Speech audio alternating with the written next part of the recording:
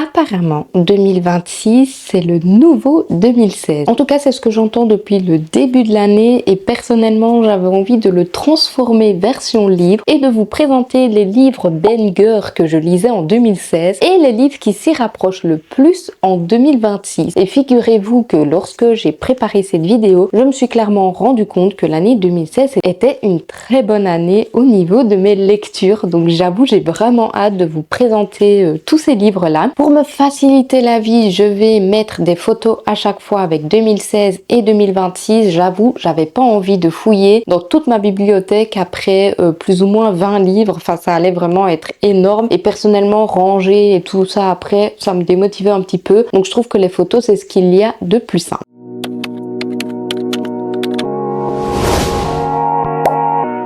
Un des premiers livres que j'ai lu bien après 2016, mais quand même je l'ai lu assez proche de sa sortie, c'est D-Dimension, I Love You. Donc c'est la fameuse saga phénomène qui a fait fureur dans ces années-là. Donc dans cette fameuse saga, on va suivre Eden qui est une adolescente de 16 ans et qui quitte Portland pour passer l'été à Santa Monica chez son père, qu'elle n'a plus vu depuis 3 ans. Sur place, elle va découvrir sa nouvelle famille et elle va notamment faire la rencontre de Tyler qui est un bad boy typique, arrogant, provocateur, colérique, mystérieux, bref, tout ce qui est classique chez un bad boy. Malgré leur tension et l'interdit social, puisque du coup c'est son demi-frère, ils ont chacun une attirance hyper intense et secrète entre eux et voilà, ils vont devoir essayer de cacher leur relation parce que ça se fait pas trop de sortir avec son demi-frère et en même temps on va suivre toute l'évolution de leur relation. Je pense dans mon souvenir qu'il y avait 3 tomes et je me demande s'il n'y a pas un 4e avec un autre point de vue, enfin je ne sais plus exactement, mais dans mon souvenir il y avait 3 tomes et j'avais vraiment adoré cette saga à l'époque. C'est une saga qui faisait très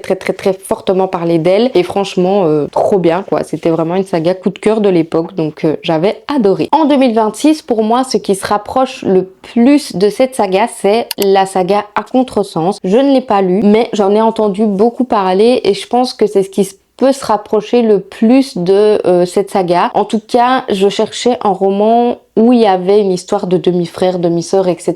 Et c'est un des seuls que j'ai trouvé qui date de 2025 ou de 2026. Donc ici, on va suivre Noah qui est une jeune fille indépendante et qui a 17 ans. Elle voit sa vie s'effondrer lorsque sa mère décide de se remarier à un richissime millionnaire. Elle est contrainte de quitter sa ville, ses amis, son petit ami pour emménager dans une somptueuse villa en Californie. C'est là qu'elle fait la connaissance de son nouveau demi-frère par alliance qui s'appelle Nick. On est sur un Enemies to Lover du coup, donc un peu un classique dans la romance et comme vous l'avez vu, du coup il va y avoir une romance entre des demi-frères et demi-sœurs et c'est un peu comme dans D-Dimension, I Love You puisque c'est un remariage, donc du coup forcément ça ressemblait très fortement à ce qu'on a vu dans la saga de l'époque, donc je me suis dit que ça correspondait plutôt bien et pour tous ceux qui ont envie de découvrir du coup D-Dimension, I Love You, je vous le conseille parce que clairement ça se rapproche très fortement de À Contresens qui a fait fureur ces dernières années. Ensuite, le deuxième roman qui est sorti en 2016, c'est L'Horizon à l'envers. Faut savoir que je suis une très grande fan de Marc Lévy. À l'époque, quand c'était mes parents qui achetaient mes livres, c'est forcément les livres que je demandais systématiquement. Dès que Marc Lévy sortait un roman,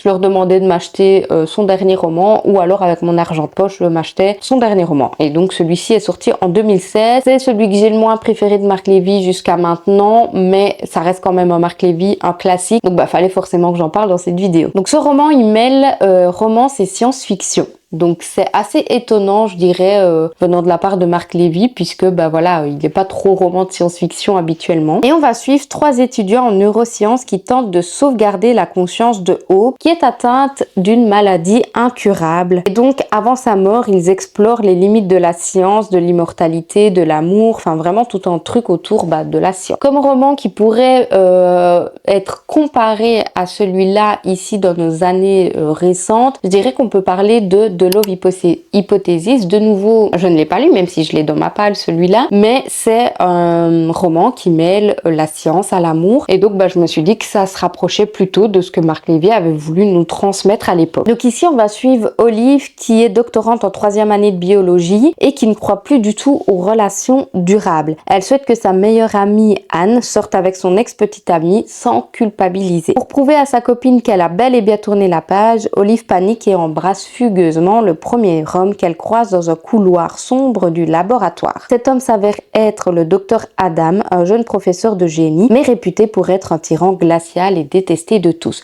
On est clairement sur un roman hyper adolescent et tout ici, donc un peu rien à voir avec Marc Lévy, pas du tout, puisqu'on est vraiment sur une histoire de science et d'amour. Donc c'est vraiment le gros point commun que j'ai vu entre les deux romans, mais c'est sûr que The Love Hypothesis c'est adapté à un plus jeune public que le roman de Marc Lévy, mais pour moi ça ressemblait plutôt, et donc je trouvais ça assez sympa de comparer les deux. N'hésitez pas à me dire en commentaire vous si vous avez lu les livres de 2016 ou les livres de 2026 ou les deux, et que vous avez justement pu faire la comparaison. Moi je trouve ça super intéressant. Je pense normalement que tous les autres livres que j'ai mis c'est des livres que j'ai lus à chaque fois, donc je pourrais un peu mieux vous les comparer, mais c'est vrai que forcément je n'ai pas lu tous les livres de la planète Terre, et donc c'est un peu difficile de comparer 2016 et 2026 sans avoir tout lu. Le prochain roman qui est sorti en 2016 c'est Petit Pays, et c'est un livre que j'avais dû lire pour l'école, donc c'est pas un livre que j'avais apprécié non plus très fortement, mais il a le mérite d'avoir été lu et il est sorti en 2016, il y a 10 ans, donc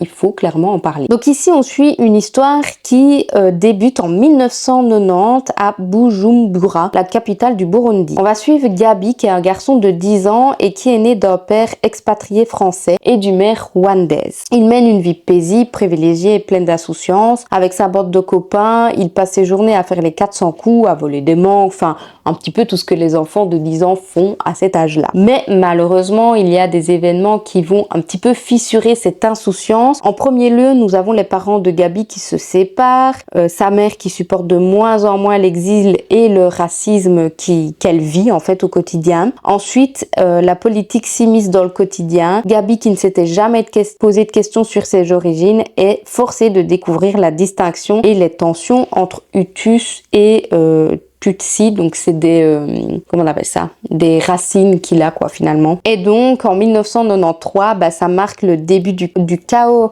au Burundi avec l'assassinat du premier président démocratiquement élu, je vais y arriver, qui plonge donc le pays dans une guerre civile. Donc on est sur une histoire de racisme, de guerre, de politique, de plein de choses. C'est un tout petit roman, franchement il fait pas beaucoup de pages dans mon souvenir, ça se lit très vite, mais c'est un roman super poignant puisqu'il parle de guerre et d'événements très traumatisants de cette époque-là. Et nous à chaque fois on va suivre tout ça du point de vue d'un enfant de 10 ans, donc c'est encore plus poignant puisque on est vraiment dans la tête d'un petit garçon qui vit tout ça finalement, qui est très compliqué à gérer pour lui, et donc voilà, c'était assez intéressant de le découvrir. Je n'ai jamais lu de livre qui ressemble à ça récemment, mais il y a un livre qui m'a plutôt fait penser à plutôt l'état d'âme du roman que j'ai lu ici récemment et qui est sorti aussi récemment, c'est La Bibliothèque de minuit. Donc si je l'ai mis, c'est plutôt pour le côté mélancolique, introspectif et la profondeur humaine qu'on a dans les deux romans. C'est pas du tout La Bibliothèque de minuit, un roman qui parle de guerre, etc. Mais c'est plutôt un roman qui parle d'humanité, tout comme Petit Pays. Et donc je me suis dit que ça pouvait se comparer dans le fond en fait et dans les valeurs que transmettent le roman, plutôt que dans l'histoire en tant que telle. Je suis pas une grande fan de guerre, etc. Donc je ne lis pas en fait de livres sur la guerre, etc. Donc j'avais pas beaucoup de comparaisons à faire, mais je trouvais que La Bibliothèque de minuit, ça pouvait se rapprocher le plus de, en tout cas, les valeurs qu'on nous transmet dans les deux romans. Donc voilà, j'avais envie de parler de ce roman-là parce que je trouvais que c'est ce qui se rapprochait le plus, en tout cas dans mes lectures récentes de Petit Pays. Alors là, assez étonnant, mais je me souviens que j'avais lu ce roman et de nouveau je l'avais commandé dans, ça s'appelait comment à l'époque, c'était un magazine qu'on recevait et on devait commander les livres sur le magazine, mais je ne me souviens même plus comment ça s'appelle. Et c'est mes débuts en tant que thriller. Et oui, puisqu'il y a 10 ans je lisais déjà des thrillers. Alors c'était très rare, et celui-ci c'est un des rares que j'ai lu en 2016, mais ça vaut la peine d'en parler parce qu'en fait ça ressemble beaucoup à énormément de thrillers qui sortent actuellement. Et donc quand je me suis dit, quand j'ai vu qu'il était sorti en 2016, je me suis dit punaise, en fait c'était le début déjà des thrillers psychologiques de malades de l'époque, et on est en train de retomber plus ou moins dans tous ces thrillers psychologiques domestiques, etc. qui ressortent et qui sont beaucoup à la mode en 2026. Donc j'avais trop envie d'en parler. Il s'agit du roman Chanson douce. Donc c'est un roman qui a eu beaucoup de prix en 2016. Il a été très très connu. Enfin franchement, on a parlé beaucoup de ce roman-là. Moi je l'avais lu et à l'époque je l'avais bien aimé, mais je pense que je l'apprécierais plus si je le lisais actuellement parce que j'ai beaucoup plus de recul et de maturité. Mais ça avait été une très belle lecture et bah c'est étonnant de ma part d'avoir lu un thriller en 2016. Donc je suis plutôt contente de pouvoir en parler. Donc ici on va suivre Myriam qui, malgré les réticences de son mari, va décider d'engager une nounou pour ses 2 jeunes enfants parce que elle n'arrive plus à s'en sortir. Ils travaillent tous les deux, donc faut bien que les enfants soient gardés par quelqu'un. Elle fait des castings et elle finit par trouver Louise qui leur attire confiance et qui crée une relation assez rapidement avec les 2 enfants. Dans mon souvenir, il me semble que les 2 enfants sont assassinés et qu'ils accusent la nounou, donc on est sur une histoire de dépendance mutuelle, que ce soit envers la nounou, envers les parents, etc. Enfin voilà, on est sur un thriller domestique et comme vous le comprenez, c'est un petit peu comme les thrillers qu'on a actuellement, enfin les Frida McFadden, etc. Je trouve que ça ressemblait beaucoup à cette histoire que j'ai lue il y a 10 ans déjà. Donc pour moi, fallait en parler. Pour comparer le roman Chanson douce, en 2026, j'ai lu La Menteuse, qui est d'ailleurs sorti cette année-ci. Et pour moi, ça ressemblait fortement à Chanson douce puisqu'on suit une nounou qui intègre une famille pour garder leur petite fille. Et en fait, ici, on n'est pas sur une histoire d'assassinat, etc. mais on est sur une nounou qui va prendre tellement de place dans la famille que finalement, on se demande quelle est réellement sa place dans cette famille. Et donc, elle s'immisce dans la vie privée du couple, etc. Enfin, franchement, c'était hyper fou comme histoire et je trouvais que les 2 se ressemblaient vraiment fortement, donc voilà, j'avais envie de les comparer tous les 2 parce que clairement c'est pour moi les 2 qui se ressemblent le plus. Et au final je me suis dit qu'il y a 10 ans je lisais déjà des thrillers et que j'en relis actuellement 10 ans plus tard, donc c'est plutôt cool et franchement j'espère continuer à en lire beaucoup. Alors, en 2016, il y a le tome 5 de La Sélection qui est sorti. Cette saga, franchement, c'était une saga mais qui faisait fureur à l'époque, je m'en souviens, dès qu'un tome sortait on était tous à la librairie pour l'acheter, c'était une dinguerie. Et donc là on était sur le tome 5, donc je pense en fait le dernier tome de La Sélection qui est sorti en 2016, donc trop nostalgique, franchement cette vidéo c'est que de la nostalgie. Et donc La Sélection ça parlait de quoi? Ça parlait d'un prince qui doit trouver sa future femme et pour ça il fait une sélection de plusieurs jeunes femmes, je ne sais plus combien il y en avait exactement et elles venaient toutes d'origines différentes, de castes différents si on peut dire, donc il y en avait qui étaient pauvres, riches, etc. Et donc le but du prince c'était de trouver sa future femme. Et donc dans le tome 1 il choisit sa future femme, etc. Il y avait une histoire de triangle amoureux, etc. Du coup on est dans des intrigues politiques, dans tout ce qui est princier, royauté, etc. Donc tout ce que j'adore. Du coup, pour comparer ce roman avec un livre qui est sorti en 2026, j'ai évidemment choisi La Révolte de la Reine. Ici, on est sur une histoire qui est un peu différente parce que le prince ne doit pas choisir son épouse, elle lui est attitrée et il n'a pas le choix. Mais on est sur une histoire avec des intrigues politiques, avec des complots, avec des manigances, enfin voilà, avec finalement des choses qui se ressemblent et qui font penser à La Sélection. Et alors j'ai également pensé en fait à une deuxième saga qui est sortie mais plutôt je pense en 2024, c'est Noblesse Oblige. Et en fait pour moi Noblesse Oblige je l'ai toujours comparé à La Sélection mais version adulte.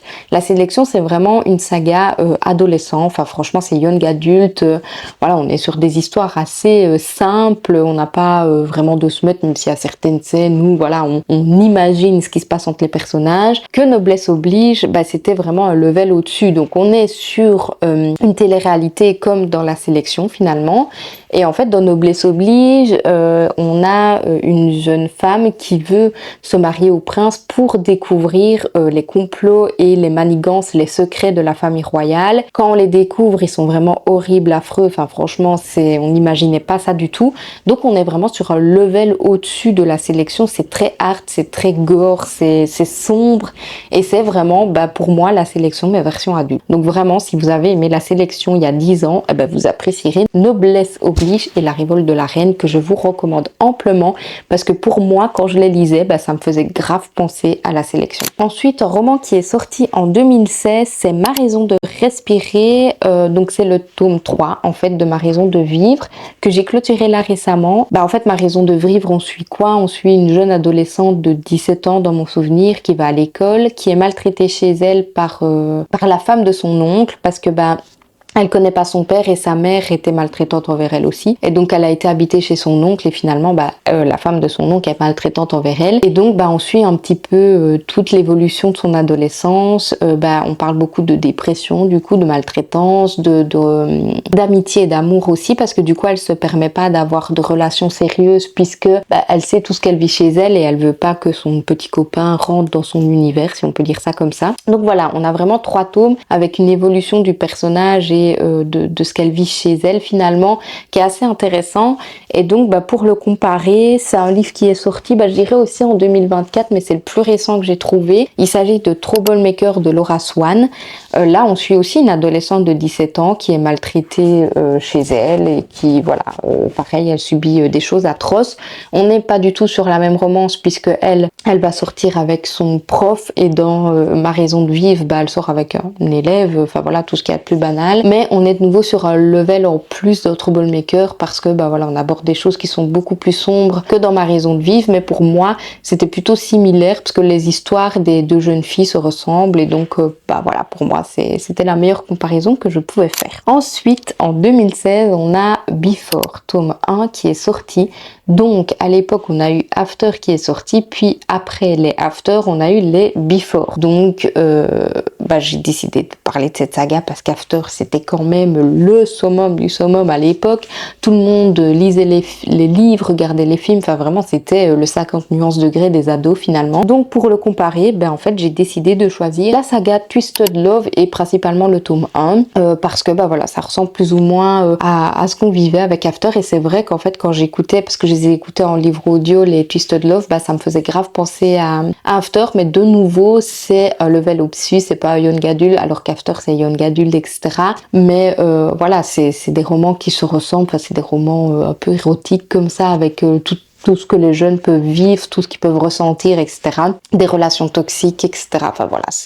C'était très comparable, donc il me devait de vous en parler clairement. Ensuite, un roman que j'ai adoré découvrir il y a quelques années maintenant, qui est sorti en 2016, c'est Sous la même étoile.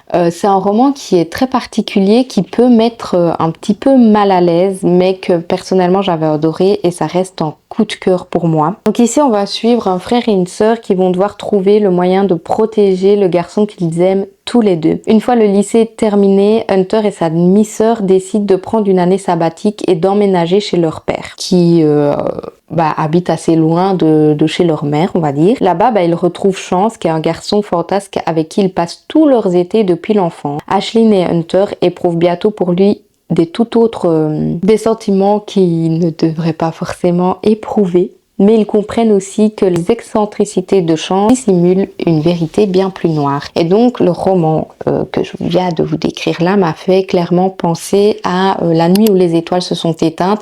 Alors je sais, c'est pas un roman de 2026, mais la saga s'est terminée quand même l'année passée, je pense, ou alors il reste le dernier tome, je ne sais plus. Maintenant, elle date quand même d'il y a quelques années, j'avoue, mais pour moi, c'est le livre le plus récent qui ressemble le plus à Sous la même étoile finalement. Dans La nuit où les étoiles se sont éteintes, on suit un jeune garçon qui est maltraité, qui vit aussi plein de choses de fou chez lui, qui se cherche, qui cherche son identité, qui sait pas qui il est réellement, qui va à l'école, un peu tout ce qu'on vit finalement dans Sous la même étoile, sauf que dans Sous la même étoile, ils vont pas à l'école, il n'y a pas tout ce côté lycée puisqu'ils sont en vacances et ils font plein de choses. Mais pour moi, les 2 histoires se ressemblaient et surtout, au niveau de Chance et de Finn, il y avait vraiment des similitudes au niveau de leur caractère et de ce qu'ils pouvaient ressentir et vivre. Et clairement, pour moi, les 2 se comparent et sont vraiment des bangers, quoi. Ensuite, un autre thriller qui est sorti en 2016 et qui est fortement connu, c'est Le Cri de Nicolas Beuglet que j'ai découvert il y a quelques années maintenant. C'était un thriller assez déconcertant, si je peux dire ça comme ça. Et j'ai décidé de le comparer avec Les Enfants du Secret que je n'ai pas lu, mais c'est le plus récent qui ressemble en fait à la saga de Nicolas Beuglet. En fait, Nicolas Beuglet, il aborde des sujets qui sont réels, qui sont assez déconcertants et en fait on se doute pas qu'il se passe des trucs comme ça dans le monde, et donc j'avais du mal à trouver d'autres thrillers qui abordent des trucs aussi réels que ce que Nicolas Beuglet avait abordé dans son roman. Donc les deux me semblaient plutôt bien au niveau de la comparaison. Maintenant je ne peux vous lire que le résumé parce que je ne l'ai pas lu, mais je vais d'abord vous résumer le cri pour que vous puissiez comprendre la comparaison que je fais entre les deux. Donc dans le cri, on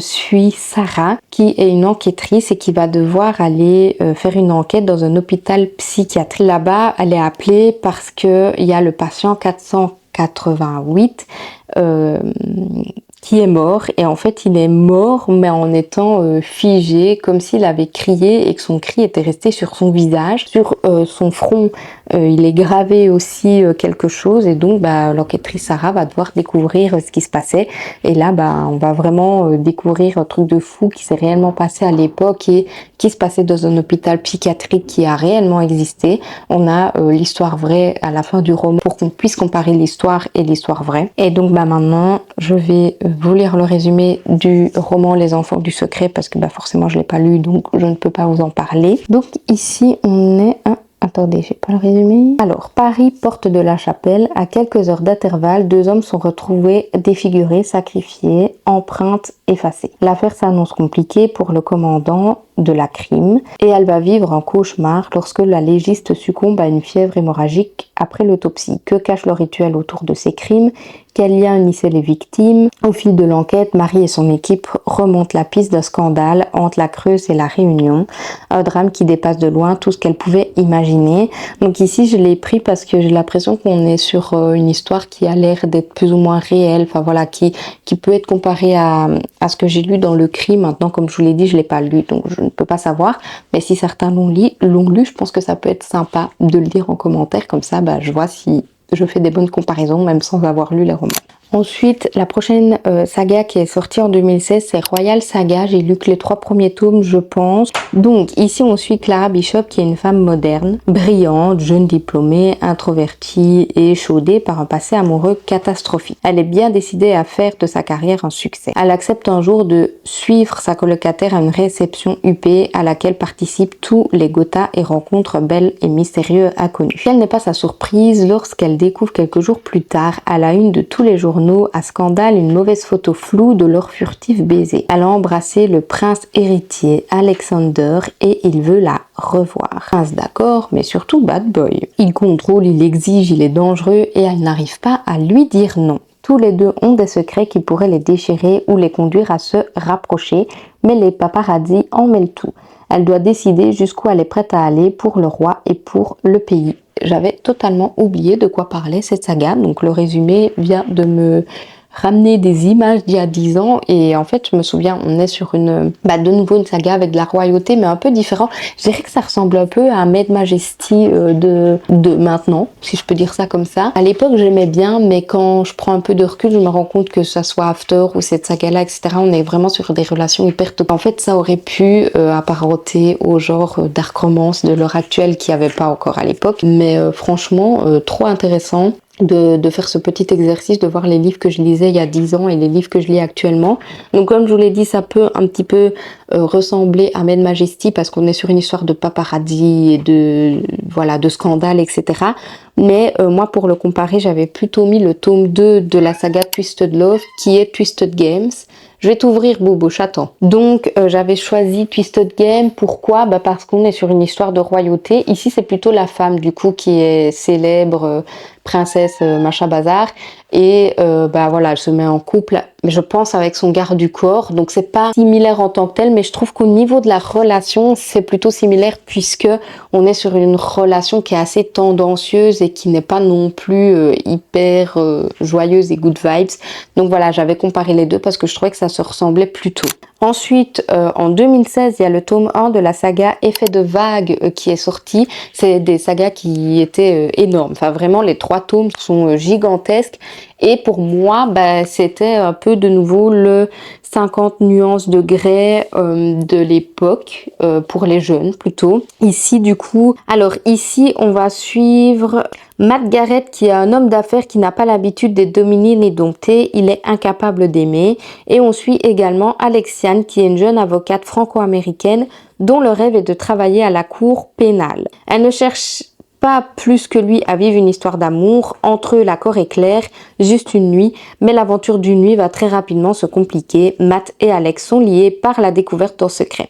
Chacun a le pouvoir de détruire l'autre ou de le sauver. Donc voilà, clairement, ça m'avait un peu fait penser à 50 nuances de Grey parce qu'il y a cette histoire de contrat et tout. Maintenant, je peux pas comparer avec 50 nuances de Grey vu que c'est sorti aussi il y a 10 ans, donc ça n'aurait pas trop de sens. Mais du coup, j'ai choisi de le comparer de nouveau avec Twisted Love, mais aussi avec King of War. Alors, je n'ai pas encore lu cette saga, c'est clairement dans ma wishlist, mais si je dois le comparer avec vraiment un livre récent, ce serait cette saga-là parce que j'ai eu quand même pas mal de retours, donc je sais plutôt de quoi ça parle. Donc ici, on va suivre un PDG milliardaire qui n'avait jamais envisagé de se marier jusqu'à ce qu'un chantage l'oblige à se fiancer à une femme qu'il connaît à peine, Viviane, héritière d'un joaillier et fille de son nouvel ennemi. Qu'apporte sa beauté ou son charme, Dante fera tout ce qui est en son pouvoir pour rompre leur fiançailles en déjouant le chantage. Donc dans Effet de vague, on est aussi sur une histoire où finalement ils n'ont pas réellement envie de se marier, mais ils vont peut-être devoir le faire parce qu'ils ont découvert des secrets l'un sur l'autre qu'ils doivent protéger, si on peut dire ça comme ça. Donc pour moi, ça ressemblait. Et alors, je sais que Hannah Wang écrit quand même des scènes de smut assez détaillées. Et dans Effet de vague, on a des scènes de smut assez détaillées. Donc je me suis dit, voilà, comparaison, c'est ce qui ressemblait le plus selon moi. Et ensuite, j'ai en 2016 le livre La Sirène qui est sorti. Et c'est également Kiera Cass qui a écrit ce roman, donc l'autrice de la sélection. Et je l'ai comparé avec Once Upon a Broken Heart. Donc, la sirène, ça parle de quoi? Ça parle d'une sirène. Étonnant, non?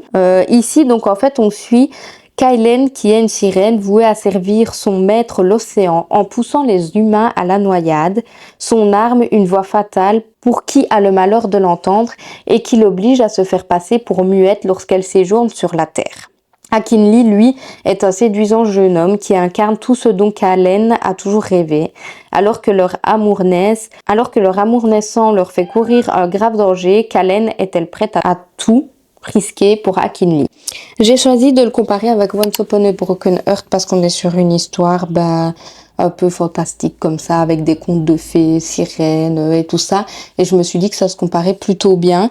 Donc dans Once Upon a Time a Broken Heart, on suit Evangeline qui a toujours cru au grand amour et aux fins heureuses, jusqu'à ce qu'elle apprenne que l'homme de sa vie est sur le point d'en épouser une autre. Désespérée d'empêcher le mariage et de guérir son cœur blessé, la jeune femme conclut un accord avec le charismatique mais diabolique prince de cœur. En échange de son aide, il lui demande 3 baisers à donner à la personne au moment et à l'endroit de son choix. Donc du coup, je compare un petit peu les deux parce que dans La Sirène, on suit une sirène qui doit servir l'océan et qui finalement, pour survivre, doit faire ce que lui demande l'océan. Et ici, on suit Evangeline qui a passé un pacte avec le prince cœur et qui, pour survivre, doit faire ce que lui demande le prince cœur.